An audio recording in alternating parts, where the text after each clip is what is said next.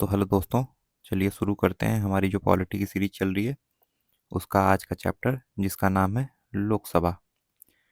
ठीक है, 2 दिन वीडियोस नहीं आ पाई, उसके लिए मैं सॉरी चाहता हूँ आप सभी लोगों से। टीम अपना कंटेंट ही तैयार नहीं कर पाई क्योंकि टॉपिक बहुत बड़ा था और हम लोग जानते हैं आप लोग, हम लोग हमेशा आपकी कोशिश रहती है कि बेस्ट कंटेंट दें। ठीक है, ताकि आपने ऐसा कभी कंटेंट ना पढ़ा हो, इसलिए थोड़ा समय लग गया। Sorry for that and let's start. ठीक है, और जो भी लोग पहली बार वीडियो देख रहे हैं, आप लोग पुरानी वीडियोज़ में जाके नीचे कमेंट सेक्शन में कमेंट पढ़ लीजिएगा। आपको पता चल जाएगा कि हमारी वीडियोज़ की क्वालिटी क्या होती है। Then you can proceed. ठीक है, now we have to start edit. चलिए शुरू करते हैं। देखिए, अनुच्छेद 81 की बात कर लेते हैं। अनुच्छेद 81 में क्या है? अनुच्छेद 81 में कहा गया है कि केंद्र सरकार जो होगी वो संसद में एक सदन की स्थापना करेगी जिसका नाम क्या होगा? लोकसभा, यानी कि निम्न सदन। देखिए, मैं लोग रोज ही लगभग आप लोगों से लोकसभा, राज्यसभा और इन सब चीज़ों पर डिस्कशन करता था, लेकिन इवेंचुअली हम लोग पॉलिटी को आधे से ज़्यादा पढ़ चुके हैं। 2/3 ऑफ दी पॉलिटी हमारी कंप्लीट हो चुकी है और हम लोग आज इस लोकसभा वाले टॉपिक पे पहुंच ही गए। ठीक है, और आज हम लोग लोकसभा के इस टॉपिक को डिस्कस करेंगे। लोकसभा को निम्न सदन भी कहते हैं और हम लोग इसको बहुत डिटेल में पढ़ेंगे, अभी आप देखेंगे। तो हम लोगों ने पढ़ लिया आर्टिकल 81 में क्या कहा गया है कि एक लोकसभा होगी जिसको निम्न सदन कहा जाएगा। देखिए, अगर लोकसभा की बात करें तो लोकसभा का जो पहला चुनाव हुआ था वो 1952 में हुआ था। कब हुआ था? 1952 में। देखिए, अगर आप ब्रीफ में एक बार मेरे से जान लें लोकसभा क्या होती है। लोकसभा वह चुनाव होता है जो देश का सबसे बड़ा चुनाव है, जिसमें माननीय प्रधानमंत्री नरेंद्र मोदी जी चुन कर आए हैं और अभी तक देश के जितने भी प्रधानमंत्री हुए हैं वो इस चुनाव के थ्रू चुन कर आते हैं। देश का सबसे बड़ा चुनाव होता है। ठीक है, केंद्र सरकार का चुनाव। ठीक है, तो मुझे उम्मीद है आप ये ब्रीफली मेरा जो डिस्कशन है समझ गए होंगे।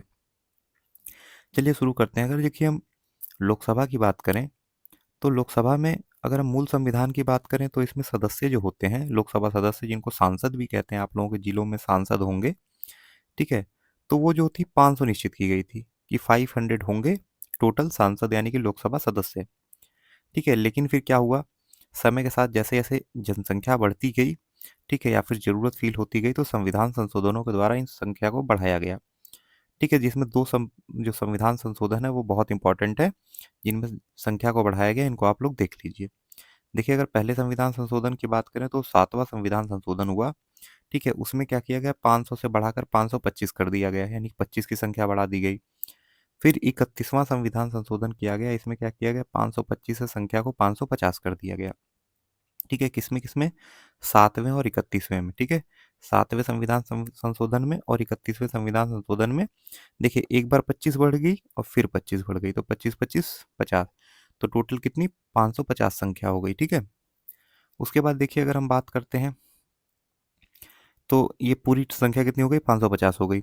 ठीक है, फिर देखते हैं अनुच्छेद 331 को। देखिए, अनुच्छेद 331 में क्या कहा गया कि दो जो ऐसे व्यक्ति होंगे जो आंग्ल इंडियन होंगे, उनको प्रतिनिधित्व दिया जाए, ताकि लोकसभा में ऐसा ना हो कि उनका प्रतिनिधित्व ना हो, कोई उनके तरफ से बोलने बात रखने वाला ना हो। तो राष्ट्रपति को यह अधिकार दिया गया कि वो लोकसभा में 2 सदस्यों को मनोनीत कर सकते हैं। ठीक है, आंग्ल इंडियंस को मनोनीत कर सकते हैं अनुच्छेद 331 के तहत। ठीक है, तो इस हिसाब से अगर देखा जाए तो हमारी जो लोकसभा की अधिकतम सीटें कितनी हो सकती हैं? 552 हो सकती हैं। ठीक है, 552 में 550 तो हो गई नॉर्मल सीटें और 2 मनोनीत की जा सकती थी। ये पहले का था। ठीक है, अभी मैं आपको समझाता हूँ। तो 552 हो गई सीट, लेकिन फिर उसके बाद क्या होता है, अब इसमें बंटवारा है। क्या बंटवारा है कि अब इस 500 जो 52 सीटें हैं, इसमें 2 सीटें तो मनोनीत हो गई राष्ट्रपति द्वारा। ठीक है, 550 सीटों में जो 530 सीटें होंगी वो तो राज्यसभा के निर्वाचन क्षेत्र से चुना जाएगा, मतलब राज्यों के निर्वाचन क्षेत्र से चुना जाएगा, अलग अलग राज्यों से, जैसे उत्तर प्रदेश, बिहार, मध्य प्रदेश, बंगाल, ऐसे राज्यों से चुना जाएगा। लेकिन जो इसमें 20 सांसद होंगे, 20 लोकसभा सदस्य होंगे, ठीक है, उनको क्या संघीय क्षेत्र यानी कि केंद्र शासित प्रदेशों से चुना जाएगा। जैसे कि पांडुचेरी हो गया, जैसे कि दिल्ली हो गया। ठीक है, ऐसे जो केंद्र शासित प्रदेश होंगे उनसे चुना जाएगा। ठीक है, तो 530 कहाँ से?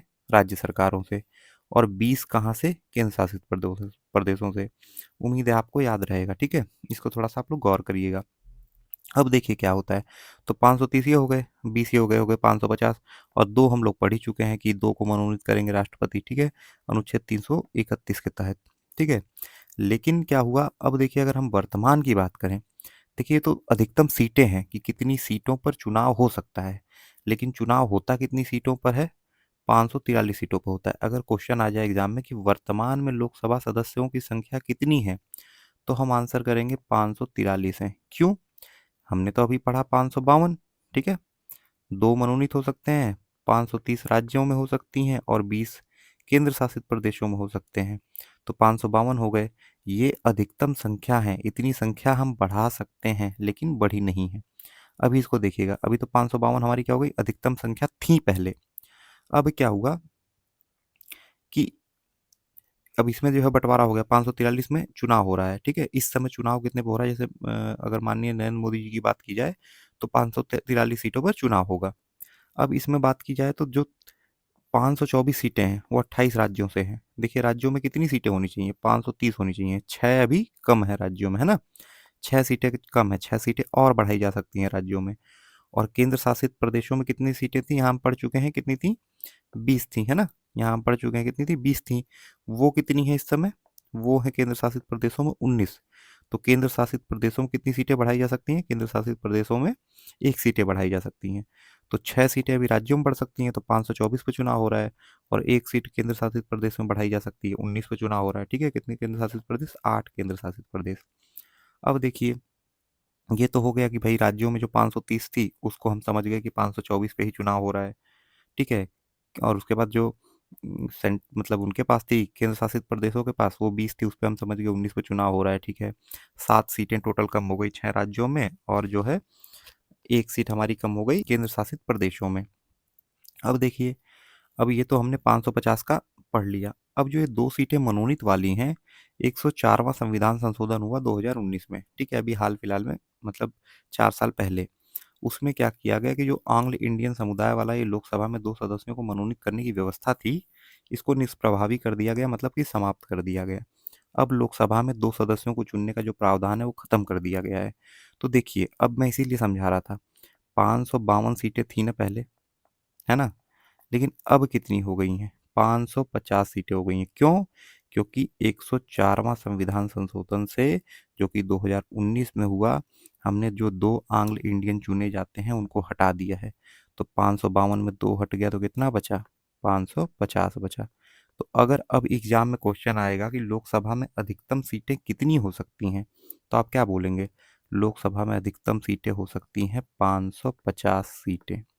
अच्छा, अब इन 550 सीटों में राज्यों के लिए कितनी है, राज्यों के लिए है 530 सीटें। अच्छा, इनमें केंद्र शासित प्रदेशों के लिए कितनी सीटें हैं, केंद्र शासित प्रदेशों के लिए हैं 20 सीटें। अच्छा, ये तो अधिकतम सीटें हो गई, राज्यों के लिए अधिकतम सीट 530 और केंद्र शासित प्रदेशों के लिए अधिकतम सीट 20 सीटें। लेकिन वर्तमान में है कितनी, कितनों पे चुनाव हो रहा है, तो राज्यों में हो रहा है 524 पे चुनाव, 6 कम, और केंद्र शासित प्रदेशों में हो रहा है 19 पे चुनाव, 1 कम। अब इनको और इनको टोटल अगर हम जोड़ दें 524 को और 19 को, तो कितना होगा, 543 होगा। तो इस समय वर्तमान में कितनी सीटों पे चुनाव हो रहा है, 543 सीटों पे चुनाव हो रहा है। यही तो हम यहाँ पढ़ रहे थे, यहाँ यहाँ देखिए 543, है ना, यही चीज़ हम पढ़ रहे थे। उम्मीद है यहाँ तक हम लोगों ने जितना पढ़ा आपको समझ में आ गया होगा, है ना। टॉपिक थोड़ा बड़ा है इसलिए हम लोग वीडियो की स्पीड थोड़ा बढ़ा कर रहे हैं। ठीक है, उम्मीद है आपको ये सारी चीज़ें, देखिए फैक्ट हैं और थ्योरी हैं, दोनों को मिला के पढ़ना है। उम्मीद आपको समझ में आ गया होगा। चलिए आगे बढ़ते हैं। चलिए अब देखते हैं। देखिए अगर हम लोकसभा की बात करें तो सीटें तो हमने देख ली कि 550 अभी तक हम ज़्यादा से ज़्यादा 550 सीटों पर चुनाव करवा सकते हैं, जिसमें 524 में हम राज्यों पर करवा रहे हैं और 19 हम कहाँ करवा रहे हैं, केंद्र शासित प्रदेशों में। ठीक है, करवा सकते हैं 530 और 20 पे। ठीक है, 530 और 20 पे करा सकते हैं, लेकिन केंद्र, मतलब जो केंद्र शासित प्रदेश है वहाँ एक सीट पे कम चुनाव हो रहा है और राज्यों में 6 सीट पे कम चुनाव हो रहा है। ठीक है, ठीक है, तो ये कैसे निर्धारित हो रही है 550 की संख्या, इसको हम लोग देखते हैं। 550 की संख्या जनसंख्या के आधार पर निर्धारित हो रही है। तो जैसे जैसे जनसंख्या बढ़ती जाती है उसी हिसाब से ये जो लोकसभा सदस्यों की संख्या होती है वो भी बढ़ती जाती है समय के हिसाब से। ठीक है, अब आप बोलेंगे कि 31वां संविधान संशोधन तो काफ़ी दिन पहले हुआ होगा, है ना, उसके बाद हम बहुत सारे संविधान पढ़ चुके हैं, तो क्या उसके बाद सीटें नहीं बढ़ी। तो देखिए जनसंख्या के आधार पर इनका निर्धारण होता है, लेकिन ये जो लोकसभा में राज्यवार सीटों की जो तादाद है, जो सीटों का क्रम है, वो इस समय 1971 की जनगणना के अनुसार है। 1971 में जो जनगणना हुई, जितनी जनसंख्या उस समय देश की थी, उस समय की जो जनसंख्या थी उस हिसाब से जो राज्यवार सीटें बनी हैं, उन सीटों को इसमें काउंट किया गया है। ठीक है, उन सीटों को इसमें देखा गया है। तो आज के डेट में जो हम लोकसभा की ये सीटें देख रहे हैं वो 1971 की जनगणना के अनुसार है। ठीक है। अच्छा, ये तय कब हुआ और इसको परिवर्तित क्यों नहीं किया गया? देखिए ऐसा क्या हुआ कि 84वां संविधान संशोधन हुआ। कौन सा? 84वां संविधान संशोधन हुआ 2001 में। ठीक है, तो उसमें ये बात उठी कि क्या इसको बदल दिया जाए। 1971 का जो संविधान का वो हुआ है, मतलब संशोधन के तहत जो डिसाइड किया गया है कि 1971 की जनगणना के अनुसार आगे चुनाव चलेगा, क्या इसको बदल दिया जाए? अब तो समय काफ़ी आगे आ गया है। तो 84वां संविधान संशोधन हुआ 2001 में। उसमें ये कहा गया कि अभी फ़िलहाल रुकते हैं, क्योंकि देखिए अगर हम बात करें टेक्निकल टर्म में, बहुत सारी दिक्कतें आएँगी। हर जगह हमको संख्या बाँटनी होंगी। बहुत सारी चीज़ों में जैसे हम कहीं एससी की आबादी बढ़ी होगी, कहीं एसटी की आबादी बढ़ी होगी, कहीं एससी एसटी की आबादी घटी होगी। ठीक है, किसी राज्य की जनसंख्या ज़्यादा तेज़ी से बढ़ी होगी, किसी राज्य की जनसंख्या ज़्यादा तेज़ी से घटी होगी। तो इन सारी चीज़ों को काउंट करके, ठीक है, और फिर उसके बाद हमको लोकसभा की सीटें निर्धारित करनी पड़ेंगी, है ना? लोकसभा की सीटें निर्धारित करनी पड़ेंगी, तो इसमें बहुत सारा समय व्यर्थ होगा और बहुत सारी दिक्कतें आएँगी। तो इसलिए 2001 में 84वां संविधान संशोधन जो हुआ, उसमें ये निर्धारित किया गया कि अभी फ़िलहाल के लिए इस चीज़ को रोक देते हैं और 2026 तक, कब तक? 2026 तक हम 1971 की जनगणना के हिसाब से ही चलने देते हैं इसको। और 2026 के बाद जब 2021 की जनगणना आ जाएगी या फिर आगे इसके जो जनगणना होगी, उसके हिसाब से हम देख लेंगे कि हमको कैसे राज्यवार सीटों का बंटवारा करना है, सीटों को कम या ज़्यादा करना है। उम्मीद है आपको यहाँ तक समझ में आ गया होगा। देखिए अब आगे का देख लेते हैं।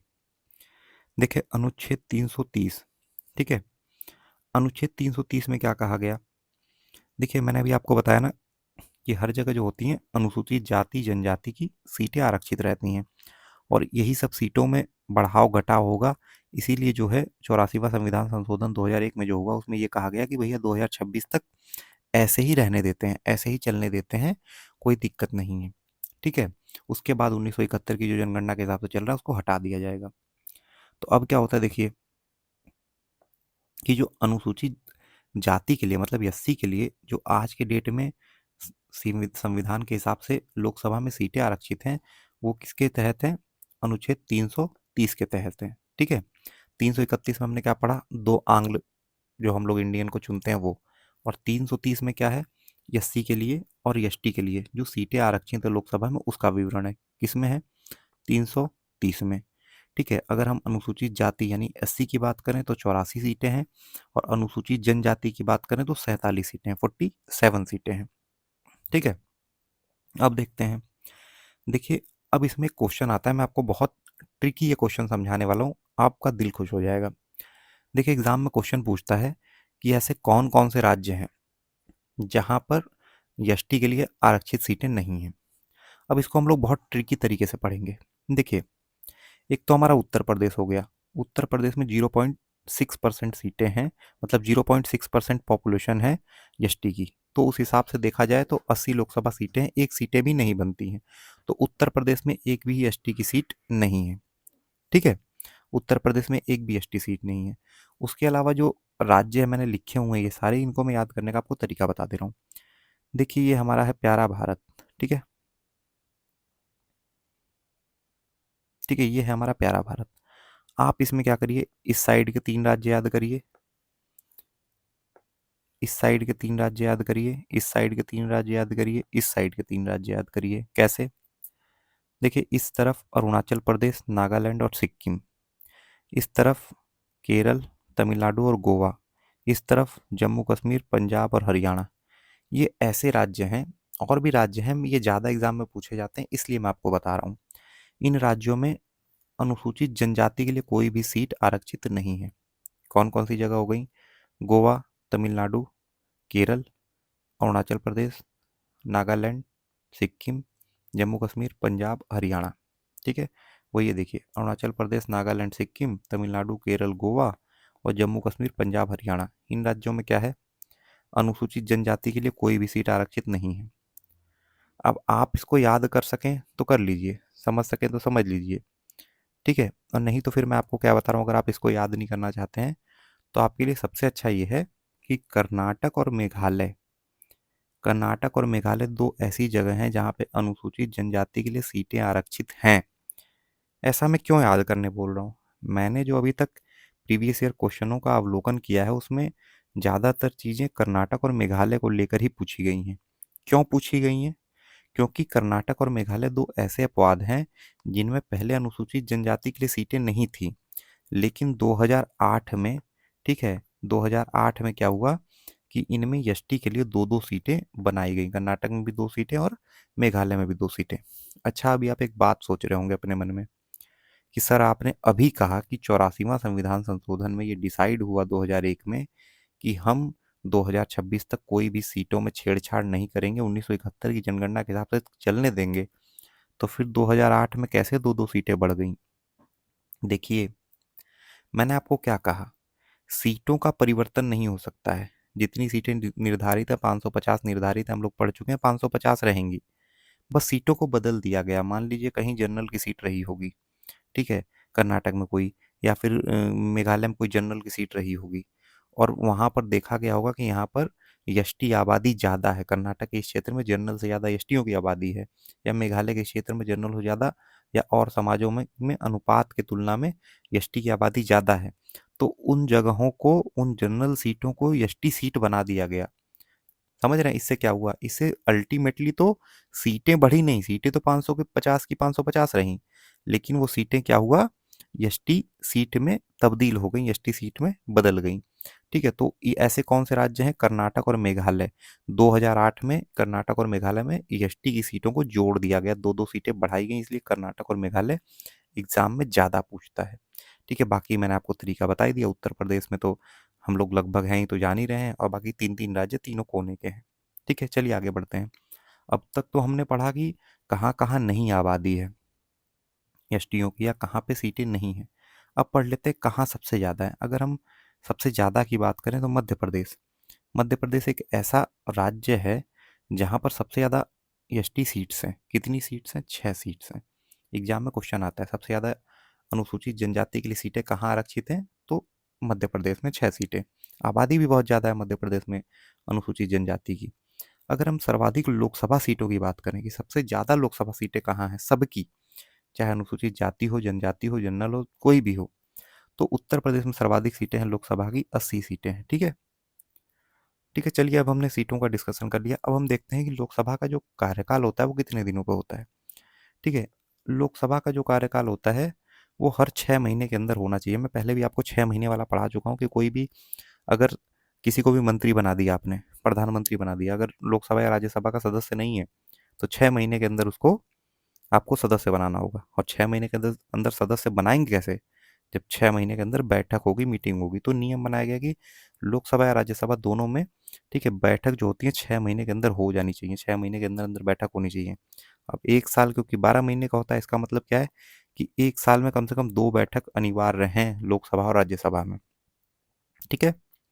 अब देखिए, क्या ऐसा होगा कि 20 लोग इकट्ठा हो जाएं और लोकसभा स्टार्ट कर दें, 30 लोग इकट्ठा हो जाएं राज्यसभा स्टार्ट कर दें? तो नहीं, ऐसा नहीं हो सकता है। हमारा संविधान का जो अनुच्छेद 100 है, इसको क्या से याद रखेंगे, 100 मतलब पूरा हो गया, परसेंट पूरा हो गया, 100%, है ना। तो क्या होता है, इसमें कहा गया है कि जब भी हमारे लोकसभा या राज्यसभा में जितनी सीटें हैं उसका 1/10, 10वां भाग लोग आ जाएंगे, तब उसको गणपूर्ति सदन कहा जाएगा। मतलब कि अगर लोकसभा में हमने अभी पढ़ा 543 पे चुनाव होता है, तो 543 का जो 10%, मतलब कि लगभग 55, आप कह सकते हैं 55 सदस्य टोटल उपलब्ध होंगे, सत्ताधारी पार्टी के हों या विपक्ष के हों, सबके मिला के, ठीक है।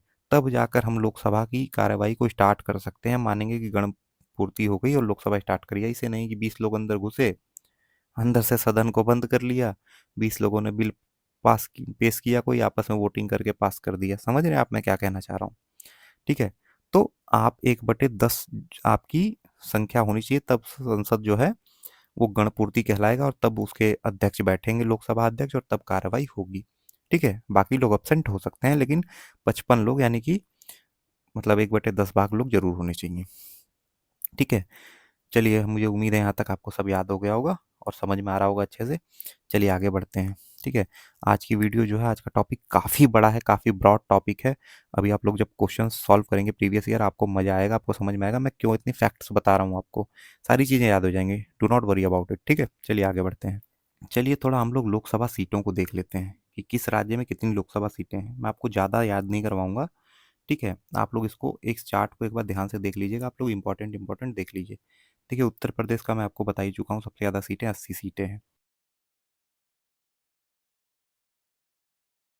इसके बाद सबसे ज़्यादा सीटें कहाँ हैं? महाराष्ट्र में। कितनी सीटें हैं? 48 सीटें हैं।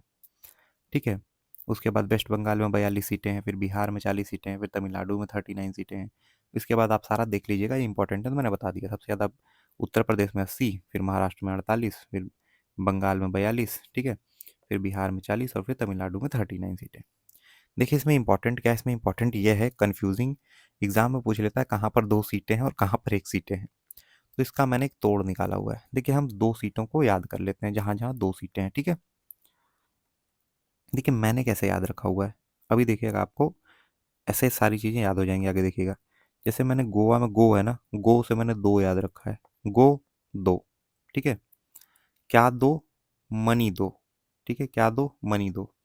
ठीक है, उसके बाद देखो ये है क्या? त्रिपुरा ना, त्रि त्रि आ रहा है ना, लेकिन त्रि नहीं है, 2 सीटें ही हैं। ठीक है, उसके बाद आप क्या रखिएगा? मेघालय याद रख लीजिए और अरुणाचल प्रदेश याद रख लीजिए। मेघालय, अरुणाचल प्रदेश। ठीक है, मेघालय, अरुणाचल प्रदेश, मेघालय, अरुणाचल प्रदेश। ठीक है, अरुणाचल प्रदेश में अरुण से क्या मांग रहे हैं ये लोग? अरुण से मणि मांग रहे हैं। ठीक है, मेघालय, अरुणाचल प्रदेश, ठीक है, मणिपुर, गोवा, त्रिपुरा, और एक क्या है? ये तो बहुत आसानी से याद हो जाएगा। ठीक है, दादर एंड नागर हवेली और दमन और दीव। तो एक सीट दादर और नागर हवेली में हो गई, एक सीट कहाँ हो गई? दमन और दिव्य में। अब इसके अलावा जो आपने इतने याद रख लिए, गोवा है, त्रिपुरा है, मणिपुर है, अरुणाचल प्रदेश है, मेघालय है, ठीक है, और उसके बाद दादर और नागर हवेली और दमन और दिव्य है। तो इसके बाद जितने भी छोटे राज्य पूछेंगे उनमें हमारे 1 सीटें हो जाएंगी। वो भी हम आगे पढ़ेंगे तो आपको खुद ही समझ में आ जाएगा कि मैंने क्या बोला। 2 वाली केवल आप याद रख लीजिए, जितने भी फिर छोटे राज्य बचेंगे वो क्या हो जाएंगे? वो 1 सीटों वाले हो जाएंगे। ठीक है, बड़ा आपने देख ही लिया कितने हैं, 80, 48, 42, 40, 39। ठीक है, चलिए आगे बढ़ते हैं। देखिए, मेरी कोशिश ये होती है कि मैं आपको कम से कम पढ़ाकर ज़्यादा से ज़्यादा कंटेंट दे दूँ। पढ़ने के लिए बहुत कुछ है, बहुत सारी किताबें हैं। एम लक्ष्मीकांत पूरी मोटी सी किताबें पढ़ डालिए, लेकिन मेरी कोशिश वही होती है मैं आपको कितना कम से कम दे सकूँ। वीडियोज़ में टाइम क्यों लग जाता है? वो कंटेंट छाँटने में कि मैं बेहतर से बेहतर और कम से कम दूँ। मेरी कोशिश वही होती है, ठीक है, कि मैं कम से कम कंटेंट दूँ और ज़्यादा से ज़्यादा क्वेश्चंस एग्जाम में, ठीक है, आप कर पाएँ। क्योंकि मैं उतना ही दूँ ताकि आप याद रख सकें। देखिए, अब बात करते हैं, अब हमने सदन वगैरह की तो बात कर ली, कैसे बनेगा, कैसे सब कुछ होगा। अब विघटन की बात कर लेते हैं। देखिए, अगर लोकसभा और राज्यसभा के विघटन की बात करें, तो जो राष्ट्रपति होगा वो लोकसभा राज्यसभा को बुलाएगा भी, हम लोग राष्ट्रपति वाले टॉपिक में पढ़ चुके हैं, और उसका समापन भी करेगा, उनका अंत भी करेगा। ठीक है, अब हम समापन की विधियां देख लेते हैं। बुलाने की तो एक ही विधि है, समापन की विधि देख लेते हैं। समापन की 3 विधि है, एक स्थगन है, फिर सत्रावसान है, फिर विघटन है। क्या होता है हल्का हल्का मैं बता देता हूँ। स्थगन मतलब होता है 1 हफ्ते, 1 घंटे, 2 घंटे, 4 दिन, 5 दिन के लिए स्थगन, कि बहुत शोर शराबा हो रहा है, विपक्ष बहुत परेशान कर रहा है, लोकसभा जो अध्यक्ष है उन्होंने स्थगन कर दिया। सत्रावसान मतलब कोई सत्र होता है ना, जैसे सत्र स्टार्ट होता है ग्रीष्मकालीन या शीतकालीन, तो वो सत्र खत्म हो रहा है तो सत्रावसान कहते हैं इसको। सत्र जब शुरू होता है तो जनगण मन गाया जाता है, और जब सत्र खत्म होता है तो वंदे मातरम गाया जाता है। विघटन मतलब क्या हुआ कि एक तरह से भंग कर दिया है। ठीक है, लोकसभा भंग हो गई, अब चुनाव होगा अगला लोकसभा का। ठीक है, अगला प्रधानमंत्री चुना जाएगा। ठीक है, चलिए अब देख लेते हैं आपातकाल के बारे में। तो क्या लोकसभा का कार्यकाल जो 5 साल का होता है, ठीक है, वो क्या बढ़ घट सकता है? तो लोकसभा का कार्यकाल आपातकाल के दौरान में 1 साल में केवल एक बार बढ़ सकता है। कितने दिन के लिए? साल भर के लिए। ऐसा क्या अभी तक हुआ है? तो हाँ, ऐसा एक बार हो चुका है। 1976 में इंदिरा गांधी जी ने आपातकाल लगाया था और उन्होंने बढ़ाया था। अब हम लोगों ने लोकसभा की बात कर ली कि भाई लोकसभा नाम की कोई चीज़ होती है, तो उसके अंदर व्यक्ति भी होते होंगे, है ना, जिनको लोकसभा सदस्य कहते हैं हम। ठीक है, जो कि मोदी जी भी हैं, मोदी जी भी एक लोकसभा सदस्य हैं, मैंने बताया प्रधानमंत्री नाम का, जब हम लोग प्रधानमंत्री पढ़ रहे थे तो मैंने बताया था प्रधानमंत्री नाम का कोई पद नहीं होता है। ठीक है, प्रधानमंत्री जो होते हैं वो भी एज अ लोकसभा सदस्य होते हैं, जो कि नरेंद्र मोदी जी बनारस से हैं। देखिए, लोकसभा सदस्य बनने के लिए या सांसद जिसको हम लोग कहते हैं, वो बनने के लिए क्या चाहिए होता है, भारत का नागरिक ऑब्वियस है। उसके लिए 25 साल उम्र चाहिए होती है। कितनी चाहिए होती है? 25। राष्ट्रपति के लिए कितनी? 35। ठीक है, लोकसभा सदस्य के लिए कितनी? 25। ठीक है, और कोई लाभ के पद पे ना हो। ठीक है, किसी भी लाभ के पद पे ना हो ये सरकार में। ठीक है, और पागल या दिवालिया ना हो। देखिए, लोकसभा के कार्यकाल की बात कर लेते हैं। जो सदस्य चुने जा रहे हैं कितने दिन के लिए चुने जा रहे हैं? सदस्य का चुनाव तो करवा दिया, लेकिन कितने दिन के लिए? 5 साल के लिए। कितने दिन के लिए चुनाव होता है? 5 साल के लिए। देखिए, राज्यसभा के सदस्य का होता है 6 साल के लिए, हम अगले टॉपिक में पढ़ेंगे। लेकिन लोकसभा के लिए कितने दिन के लिए होता है? 5 साल के लिए।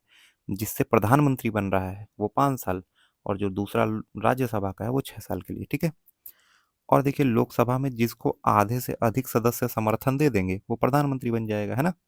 जिसके पास मान लो 543 सीटों पे इस समय चुनाव हो रहा है ना, 543 सीट पे, तो आधे से अधिक लोग जिसको वोट कर देंगे, ठीक है, वो प्रधानमंत्री बन जाएगा, है ना। चलिए, टाइम ना वेस्ट करते हुए आगे बढ़ते हैं। उम्मीद है यहाँ तक आपको सब कुछ समझ में आ रहा होगा। देखिए, बस लास्ट मेरा पेज बचा हुआ है, लास्ट पेज है ये। इसको ध्यान से समझ लीजिए। आपका लोकसभा लोकसभा सदस्य और लोकसभा अध्यक्ष तीनों टॉपिक कंप्लीट हो जाएगा। अब हम लोग बात कर लेते हैं लोकसभा अध्यक्ष की, है ना। कि लोकसभा की बात तो कर ली, फिर उस लोकसभा में सदस्य होंगे, बात कर ली, तो क्या इनको संभालने के लिए भी कोई होगा कि नहीं होगा? तो हाँ, इनको संभालने के लिए होगा। कौन? लोकसभा अध्यक्ष, जो कि इस समय कौन है? ओम बिरला है। आपने देखा होगा, बैठे रहते हैं मेन वाली कुर्सी पे। तो आर्टिकल अगर 93 की बात करें, देखिए हमने कौन कौन से आर्टिकल पढ़े आज। हमने एक आर्टिकल 81 पढ़ा, क्या है? लोकसभा का गठन है। ठीक है, फिर हमने क्या पढ़ा आर्टिकल में फिर हमने पढ़ा आर्टिकल 100, क्या है? गणपूर्ति है। फिर आर्टिकल क्या पढ़ा? 331, क्या है? दो जो हैं आंग्ल इंडियन सदस्य हैं। फिर आर्टिकल 330 पढ़ा, क्या है? अनुसूचित जाति जनजाति के लिए जो लोकसभा में आरक्षण है वो है। ठीक है, इतने हम लोगों ने पढ़े। फिर हम लोग एक पढ़ रहे हैं आर्टिकल 93, ये भी काफ़ी इंपॉर्टेंट है। ठीक है, आर्टिकल 93 में क्या है? लोकसभा अध्यक्ष। क्या है? लोकसभा अध्यक्ष। ठीक है, तो आर्टिकल 93 में क्या बोला गया कि लोकसभा में एक अध्यक्ष या उपाध्यक्ष चुने जाएंगे। ठीक है, अब क्या होता है, लोकसभा में अध्यक्ष और उपाध्यक्ष तो तब चुने जाएंगे ना जब शपथ लेंगे। जब शपथ ले लेंगे तो उसके बाद ये मेंबर बन जाएंगे। उसके बाद उन्हीं लोकसभा सदस्यों में से एक अध्यक्ष और एक उपाध्यक्ष चुन लिया जाएगा। उससे पहले क्या होता है कि उनको शपथ कौन दिलाए? तो इसके लिए क्या सिस्टम किया गया है कि एक प्रोटेम स्पीकर बनाया गया है। ठीक है, प्रोटेम स्पीकर क्या होता है? जनरली जो सबसे सीनियर व्यक्ति होता है वो चुन लिया जाता है। ठीक है, तो वो क्या होता है कि जो निर्वाचित सदस्य हैं उनको शपथ दिलाता है। ठीक है, राष्ट्रपति के पास और सॉरी राज्यपाल के पास जो है नाम जाता है विधानसभा में, और लोकसभा में जो है राष्ट्रपति के पास नाम जाता है। ठीक है, और वो अप्रूव करते हैं कि कौन बनेगा प्रोटेम स्पीकर। ठीक है, जो कि शपथ दिलाएगा। तो इसका काम क्या होता है कि ये जो नए निर्वाचित सदस्य हैं उनको शपथ दिलाता है। ठीक है, और उसके बाद अध्यक्ष और उपाध्यक्ष चुने जाते हैं। देखिए, अगर अध्यक्ष और उपाध्यक्ष की बात की जाए तो अध्यक्ष और उपाध्यक्ष जो होंगे वो अध्यक्ष और उपाध्यक्ष के तौर पर शपथ नहीं लेते हैं। वो समान सदस्य के तौर पर पहले ही शपथ ले लेते हैं। ठीक है, वो तो सदस्य जब बन जाते हैं तो बाद में जो भी सदस्यों का बहुमत जिसको प्राप्त होता है उसको अध्यक्ष बना दिया जाता है। अध्यक्ष पद का चुनाव होता है, अध्यक्ष उपाध्यक्ष पद का, तो जिसके पास ज़्यादा वोटिंग रहती है वो बन जाता है। ठीक है, और हाँ, अध्यक्ष को वोटिंग देने का भी अधिकार नहीं होता आर्टिकल 100 के तहत। वो तब वोट देगा जब वोट बराबर हो जाएंगे। ठीक है, जब वोट बराबर हो जाएंगे तब वोट देगा। ठीक है, चलिए, अब हमने अध्यक्ष भी चुन लिया, तो क्या अध्यक्ष को जो चुन लिया तो इसको हटाया भी जा सकता है? तो हाँ, हटाया जा सकता है। पहला तरीका तो यह जो अध्यक्ष बना है, ठीक है, वो क्या करे, उपाध्यक्ष को और उपाध्यक्ष अध्यक्ष को अपना त्याग पत्र दे दे। ठीक है, दो बने हैं ना, एक अध्यक्ष बना है एक उपाध्यक्ष बना है। अध्यक्ष उपाध्यक्ष को अपना त्याग पत्र दे दे, भैया मुझे नहीं रहना है। उपाध्यक्ष अध्यक्ष को अपना त्याग पत्र दे दे, भैया मुझे नहीं रहना है। ठीक है, या फिर अगर हमको हटाना हो तो हम कैसे हटाएंगे?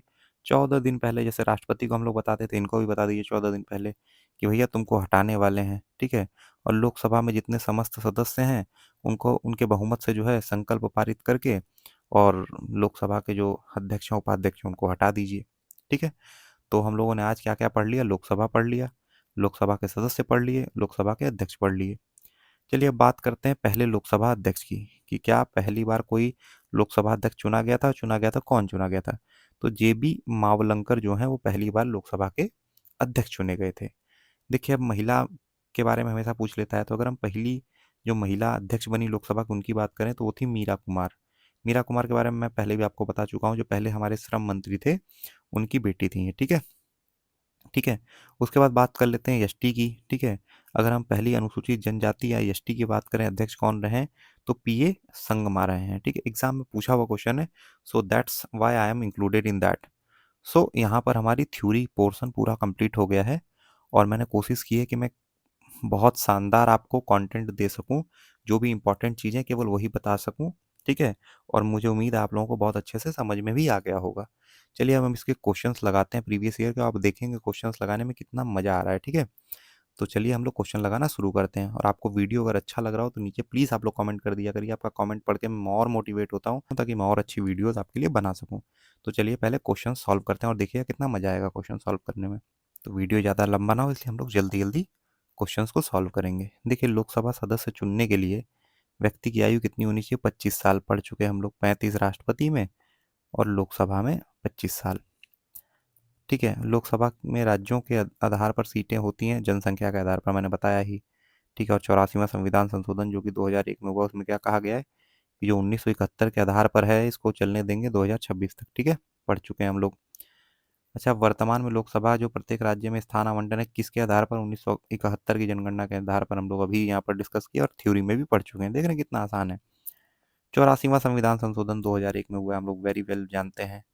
ठीक है, तो इसमें क्या कहा गया? 1971 की जनगणना के आधार पर होगा, सही है। तो कब तक नहीं बदली जाएगी? 2026 तक नहीं बदली जाएगी। अभी हम लोगों ने डिस्कशन किया ना, थ्योरी में भी पढ़ चुके हैं। ठीक है, देख रहे हैं थ्योरी कंप्लीट है, तो the all question are too easy if your theory is completed. ठीक है, सारे पीसीएस में पूछे हुए क्वेश्चन है। चलिए आगे बढ़ते हैं।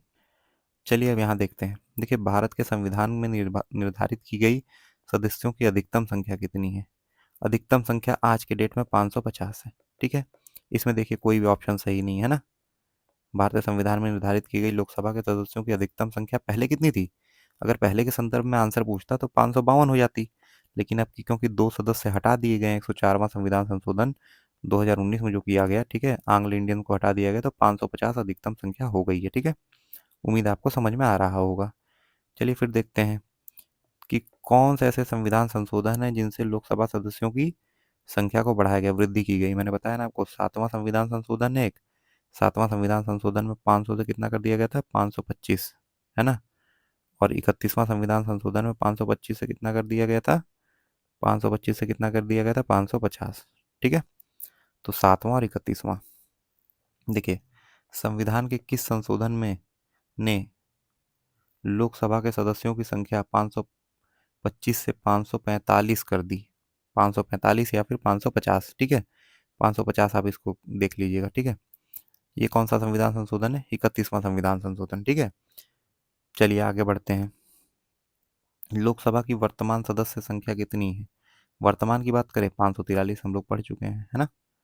543 वर्तमान संख्या। अभी चुनाव कितने पे हो रहा है? 543 पे हो रहा है, लेकिन अधिकतम संख्याएं हो कितनी सकती हैं? 550 हो सकती हैं, क्योंकि 2 को हटा दिया गया है। ठीक है, देख रहे हैं कितनी आसानी से क्वेश्चंस हो जा रहे हैं। चलिए आगे बढ़ते हैं। देखिए, लोकसभा में केंद्र शासित प्रदेशों के लिए सर्वाधिक प्रतिनिधित्व कितना है? 20 सीटों का है, पढ़ चुके हैं। राज्यों के लिए 530, और केंद्र सरकार के लिए जो केंद्र शासित प्रदेश होते हैं उसमें 20। चलिए आगे बढ़ते हैं। भारतीय संविधान के किस अनुच्छेद के अंतर्गत लोकसभा में अनुसूचित जाति के आरक्षण का प्रावधान है? 330 के तहत, है ना, पढ़ चुके हैं। निम्नलिखित राज्यों के अनुसूचित जनजाति के लिए लोकसभा में स्थान आरक्षित नहीं है। स्थान आरक्षित नहीं है, हम लोगों ने क्या पढ़ा था? कर्नाटक और मेघालय जो है। ठीक है, कर्नाटक और मेघालय हम लोगों ने पढ़ा था कि कर्नाटक और मेघालय में दो दो सीटें दी गई थी। कब? 2008 में, है ना। 2008 में दो दो सीटें दी गई थी, तो इसमें कर्नाटक का आंसर नहीं होगा, इसमें कर्नाटक का आंसर नहीं होगा, तो यही आंसर हो जाएगा, क्योंकि ये तो उपरोक्त सभी दिया हुआ था। केरल और तमिलनाडु हम लोग पढ़ भी चुके थे, केरल, तमिलनाडु और गोवा। ठीक है, नीचे के 3 राज्य। चलिए आगे बढ़ते हैं। चलिए अब देखते हैं, लोकसभा में अनुसूचित जाति के लिए आरक्षित संख्या कितनी है? 84 पढ़ चुके हैं हम लोग, है ना, 330 के तहत अनुच्छेद। लोकसभा में अनुसूचित जनजाति के लिए निम्नलिखित में किस राज्य में सर्वाधिक सीटें हैं? मध्य प्रदेश में 6 सीटें हैं, है ना। लोकसभा की बैठक समाप्त की जा सकती है 3 तरीकों से की जा सकती है। स्थगन कर दीजिए थोड़ी देर के लिए, या फिर सत्र अवसान कर दीजिए, सत्र का अंत कर दीजिए, विघटन कर दीजिए, भंग कर दीजिए। उपरोक्त सभी हो जाएगा, पीसीएस में पूछा हुआ है। चलिए आगे बढ़ते हैं। निम्नलिखित में से कौन लोकसभा के सत्र का अवसान करने के लिए प्राधिकृत है? अवसान राष्ट्रपति करेगा, बुलाएगा भी राष्ट्रपति और समापन भी राष्ट्रपति करेगा। वी नो वेरी वेल, ठीक है। चलिए आगे बढ़ते हैं। लोकसभा में कम से कम कितने सत्र बुलाए जाने चाहिए? एक वर्ष में 2 सत्र है ना, 6 महीने में एक सत्र होना चाहिए, तो एक साल में 2 हो जाएंगे। लोकसभा का कोरम कुल सदस्य कितने होते हैं? कोरम या गण पूर्ति 110 होते हैं, मतलब 1/10 होते हैं ना। हम लोग पढ़ चुके हैं, किस में पढ़ चुके हैं हम लोग? अनुच्छेद 100 में पढ़ चुके हैं, है ना। चलिए आगे बढ़ते हैं। भारत में किस राज्य का लोकसभा और राज्यसभा में प्रतिनिधित्व सर्वाधिक है? उत्तर प्रदेश में 80 सीटें लोकसभा में हैं, 31 सीटें राज्यसभा में, है ना।